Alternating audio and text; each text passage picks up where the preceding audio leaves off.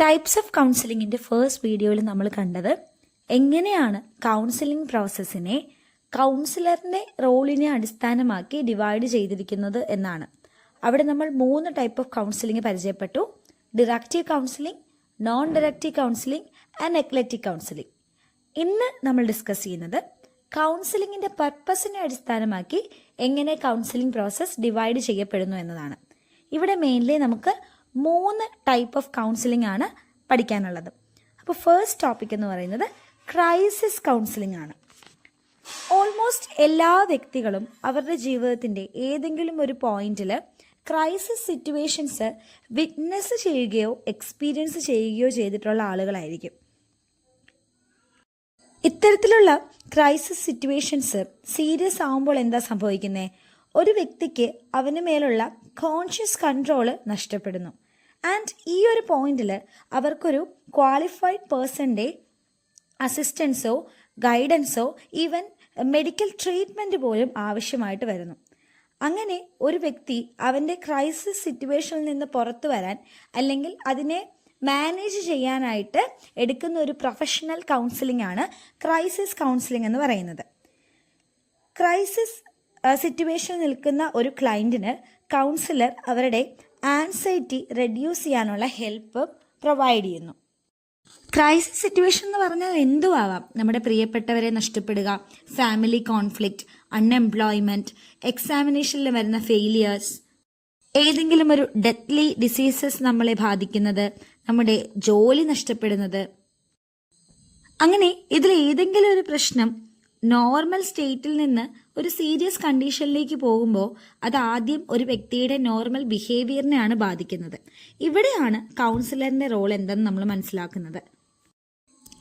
Councillor ക്ലയൻറ്റിനെ തൻ്റെ stress എന്താണ് എന്ന് മനസ്സിലാക്കാനായിട്ട് ഹെൽപ്പ് ചെയ്യുന്നു. ആ സ്ട്രെസ്സിനെ ടോളറേറ്റ് ചെയ്യാനുള്ള പല മാർഗങ്ങൾ പറഞ്ഞു കൊടുക്കുന്നു. ക്ലയൻറ്റിൽ കോൺഫിഡൻസ് കൊണ്ടുവരാനായിട്ട് ശ്രമിക്കുന്നു. ആൻഡ് പുതിയ പാറ്റേൺ ഓഫ് ബിഹേവിയേഴ്സ് ക്ലയൻറ്റിൽ ഡെവലപ്പ് ചെയ്യുവാനും കൗൺസിലർ ഹെൽപ്പ് ചെയ്യുന്നു.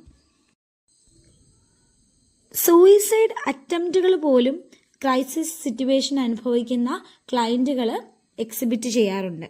ആൻഡ് ഡ്രഗ് അഡിക്റ്റഡ് ആയിട്ടുള്ള ആളുകൾക്കും നമുക്ക് ആ ഒരു സ്റ്റേറ്റിൽ നിന്ന് പുറത്തു വരാനായിട്ട് ക്രൈസിസ് കൗൺസിലിംഗ് പ്രൊവൈഡ് ചെയ്യാനായിട്ട് സാധിക്കും. അപ്പോൾ ക്രൈസിസ് കൗൺസിലിങ്ങിലൂടെ കൗൺസിലർ എന്താണ് ചെയ്യുന്നത്? തൻ്റെ ക്ലയൻറ്റിന് ഒരു പേഴ്സണൽ സപ്പോർട്ടാണ് പ്രൊവൈഡ് ചെയ്യുന്നത്. അതുപോലെ ക്ലയൻറ്റിന് ഒരു പ്രോപ്പർ ഡിറക്ഷൻ കൊടുക്കുകയാണ് ഇവിടെ കൗൺസിലർ ചെയ്യുന്നത്. ക്ലയൻറ്റിൻ്റെ ഇമോഷൻസിനെ സ്റ്റെബിലൈസ് ചെയ്യാനായിട്ട് കൗൺസിലർക്ക് സാധിക്കുന്നു. അതുപോലെ നമ്മൾ പറഞ്ഞു, പല ക്ലയൻറ്റുകളും അല്ലെങ്കിൽ ക്രൈസിസ് സിറ്റുവേഷനിൽ നിൽക്കുന്ന പല ആളുകളും സൂയിസൈഡ് അറ്റംപ്റ്റുകളൊക്കെ എക്സിബിറ്റ് ചെയ്യാറുണ്ടെന്ന്. സോ ഈ ഒരു റിസ്ക് റെഡ്യൂസ് ചെയ്യാനും കൗൺസിലിങ്ങിലൂടെ കൗൺസിലർക്ക് സാധിക്കുന്നു. ആൻഡ് ആളുകളിൽ ഒരു കോൺഫിഡൻസ് ക്രിയേറ്റ് ചെയ്യുവാനും കൗൺസിലേഴ്സ് ഹെൽപ്പ് ചെയ്യുന്നു. ഇത് നമ്മൾ നോക്കുന്നത് രണ്ടാമത്തെ കൗൺസിലിംഗ് ആണ്, ഫെസിലിറ്റേറ്റീവ് കൗൺസിലിംഗ്. ഫെസിലിറ്റേറ്റീവ് കൗൺസിലിങ്ങിനെ നമുക്ക് റെമഡിയൽ കൗൺസിലിംഗ് എന്നോ അബ്ജക്റ്റീവ് കൗൺസിലിംഗ് എന്നോ വിളിക്കാം. ഏതെങ്കിലും ഒരു പെർട്ടിക്കുലർ ഇഷ്യൂവിൽ നിന്ന് പുറത്തു വരാൻ സാധിക്കാത്ത, മൂവ് ഓൺ ചെയ്യാൻ സാധിക്കാത്ത വ്യക്തികൾക്ക് അവരുടെ പ്രോബ്ലത്തിനെ ഓവർകം ചെയ്യാനായിട്ട് കൊടുക്കുന്ന കൗൺസിലിംഗ് ആണ് ഫെസിലിറ്റേറ്റീവ് കൗൺസിലിംഗ് എന്നത്. ഒരു ഡെഫിഷ്യൻ സ്റ്റേജിൽ നിന്ന് വ്യക്തിയെ ഫങ്ഷണൽ സ്റ്റേജിലേക്ക് കൊണ്ടുവരിക എന്നതാണ് ഫെസിലിറ്റേറ്റീവ് കൗൺസിലിംഗിൻ്റെ മെയിൻ ഉദ്ദേശം. റെമഡിയൽ കൗൺസിലിംഗ് എന്ന പേര് സജസ്റ്റ് ചെയ്യുന്നതിന് എന്താണ്? ഒരു കൗൺസിലർ ഇവിടെ റെമഡീസ് ആണ് സജസ്റ്റ് ചെയ്യുന്നത്.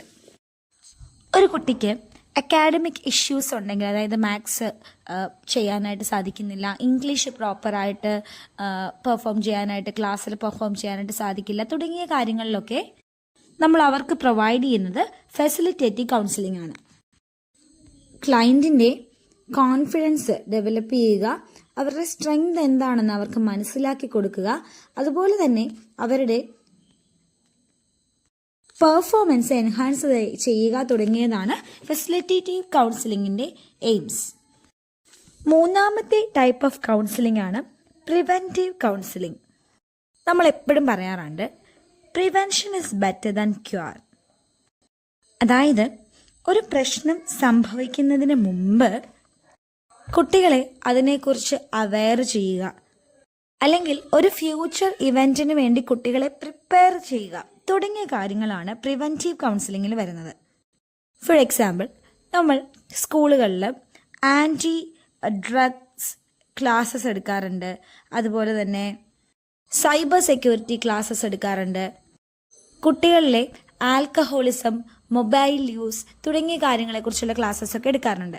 ഇതെന്തിനാണ്? കുട്ടികൾക്ക് ആ സിറ്റുവേഷനെ കുറിച്ചുള്ള ഡേഞ്ചർ എത്രത്തോളമാണെന്ന് മനസ്സിലാക്കി കൊടുക്കാനായിട്ട്. സോ ഇത്തരത്തിൽ കുട്ടികൾക്ക് കൊടുക്കുന്ന പ്രിവെൻഷൻസ് ആണ് നമ്മൾ പ്രിവെൻറ്റീവ് കൗൺസിലിങ്ങിൽ കാണുന്നത്. അപ്പോൾ ഇവിടെ കൗൺസിലറിൻ്റെ ഡ്യൂട്ടി എന്താണ്? കുട്ടികൾക്ക് ഒരു സീരിയസ് ഇഷ്യൂവിനെ കുറിച്ചുള്ള ഇൻഫർമേഷൻസ് പ്രൊവൈഡ് ചെയ്യുക, അവർക്ക് പ്രിവെൻഷൻസ് പറഞ്ഞു കൊടുക്കുക.